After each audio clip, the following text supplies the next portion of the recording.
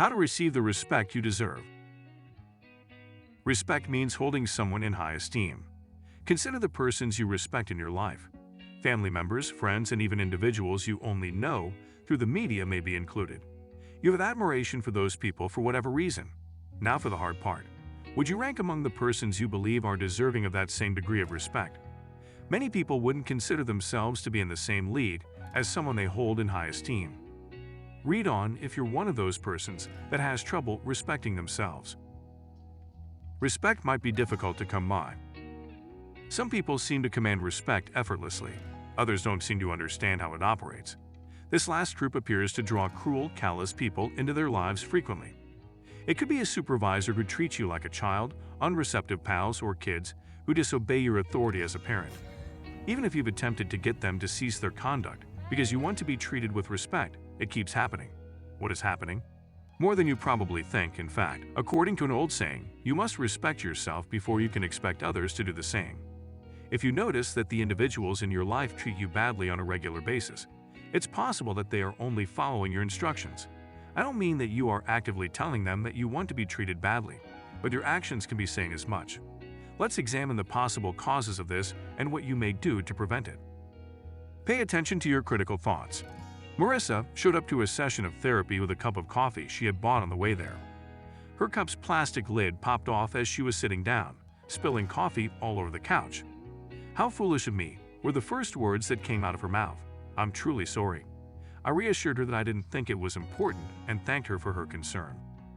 "I can't believe how clumsy I can be at times," she continued. I made a commitment not to bring any other drinks to sessions.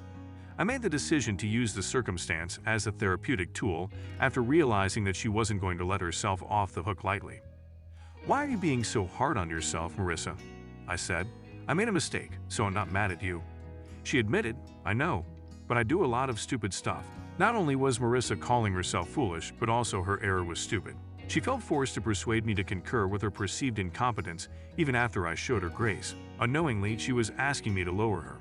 She would have thought it was warranted if I had done that. When she is weak and says, "I'm stupid, don't you agree?" she is expressing her negative self-talk or how she feels about herself. But in actuality, she is pretty intelligent and not at all stupid. Marissa is one of many people who unconsciously send out a signal to others that says, "I don't like myself very much, and you shouldn't either." People like Marissa constantly criticize themselves for their errors, strive to be flawless, and go to tremendous efforts to appease others. Take heart if you're one of these people. There is a way to put an end to the madness that your negative self-talk is causing. Eliminate the lies.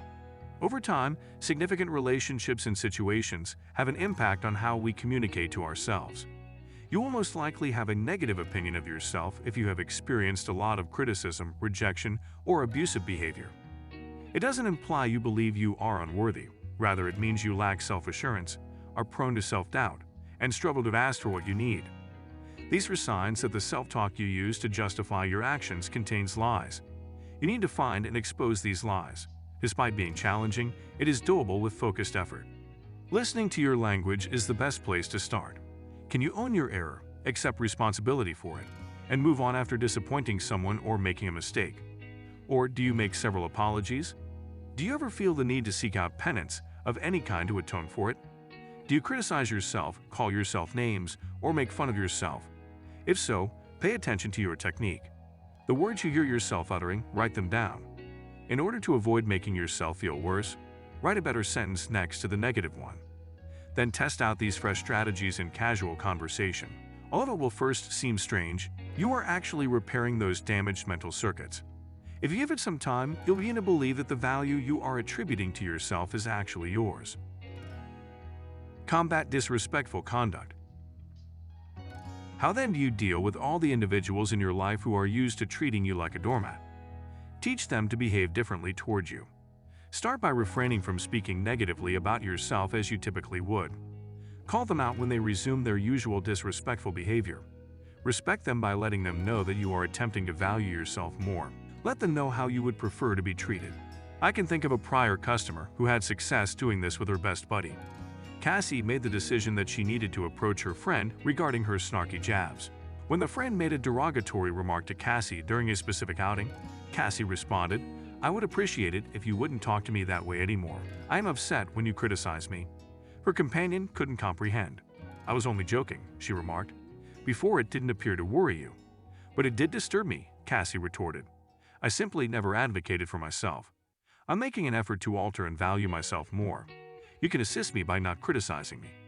Even though it took some time, her friend eventually understood, and their bond deepened. Request what you require. By requesting what you require from others, you powerfully validate your value. It affirms constructive self-talk and makes it obvious that you desire comparable treatment from others. Unfortunately, not everyone will abide by your requests. They might act hostile against you by being more disrespectful. Many of your colleagues, coworkers, and sometimes even members of your family could not comprehend the change in you. Some individuals are just toxic to be around. Sometimes the best course of action is to spend little to no time with them if your attempts to make them understand what you need fail to be heard or taken seriously. Respect is the foundation upon which no relationship can grow. And don't get sidetracked by attempting to alter these individuals. Catching and eradicating self-talk lies that diminish your value is the main goal of your work. Maintain your path. Over time, individuals who genuinely care about you will show you respect because they demonstrate the reality that you deserve respect. These are the relationships that will grow to be the most valuable. You gave it to yourself first, which is why you're now receiving it from others.